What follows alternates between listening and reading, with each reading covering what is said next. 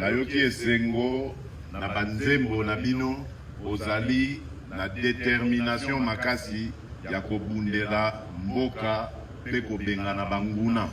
Ndabasuhuza mwese mbere na mbere ndabaramukije mwese mufite ubushake n'ubwitange bukomeye bwo kurwanirira igihugu cyacu no guhangana n'abanzi. Sinye mikanda tokende kunana kin Fachi aye na moto Ngonge kokiba master Papa Chilombo Kine komi na bosoto ya Sinye mikanda tokende kunana kin Fachi aye na moto Aye na moto Aye na moto Kiba masa Pasi Chilombo Kine komi na bosoto Sinye mikanda tokende kunana kine Fachi aye Mbote na bino Mbote lisusu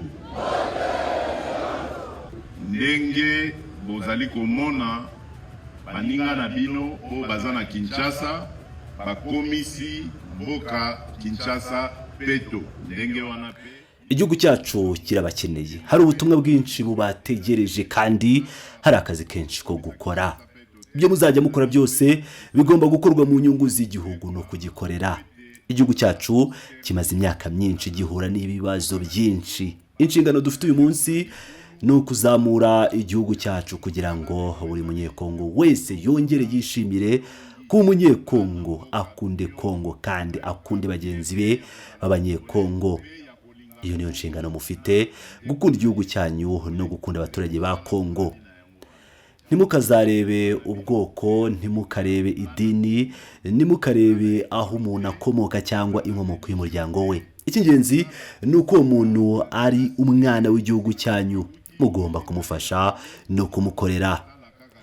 Leta izaharanira ko mubona umushahara mwiza, mukora amahirwe yo gutera imbere, mu kubaka imiryango yanyu no kuba abantu bafite inshingano.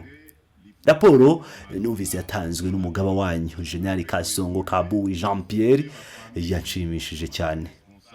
Ikindi kandi benshi muri mwe mwaje hano ku bushake bwanyu. Nawa bahatiye kuza hano, mwaje kubera ubushake bwo gukorera igihugu. Icyo ni ikintu cy'agaciro gakomeye kandi gikwiye kubashimirwa. Ndifuza kandi ko mukomeza uwo murava, mukabera urugero urubyiruko rwinshi rukiri inyuma kugira ngo narwo rukurikire uwo mutima wo gukorera igihugu. Niba dushaka kubaka Kongo yacu, nitwe banyekongo ubwacu tugomba kubikora. Umunyamahanga azava mu gihugu cye aje gukora ibimureba, ariko kubaka igihugu cyacu ni inshingano yacu. Kubaka igihugu biri mu biganza byanyu kandi ni inshingano zanyu. Natwe tuzakomeza kubashyigikira kugira ngo mukore akazi kanyu neza. Ndasaba ko mukomeza kugira imyitwarire myiza y'ikinyabupfura mwatojwe hano muri iri shuri.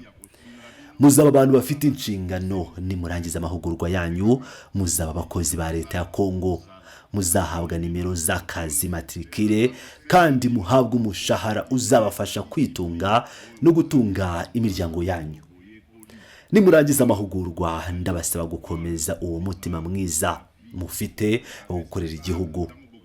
Imana ikomeze kubarinda, mwirinde kuyoba cyangwa kujya mu nzira mbi, mukomeze kugendera mu nzira nziza kandi mukomeze gukunda akazi mukora ndetse no gukunda bagenzi banyu b'abanyekongo.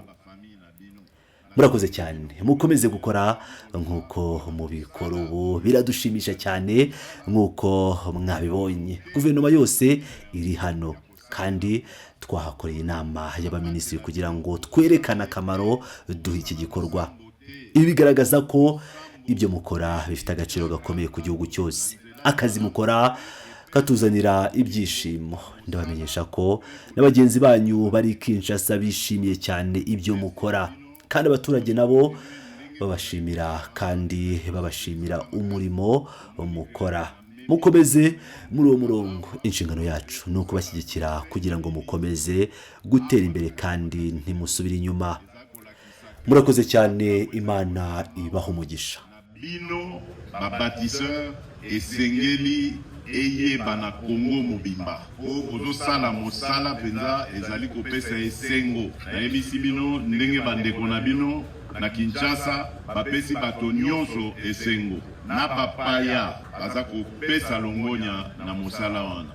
Alors pour continuer na nzela wana ya biso mosala ekozala ya kosunga bino po ete bokendaka se liboso bozonga nsima te. Merci na bino, nzamba batela bino.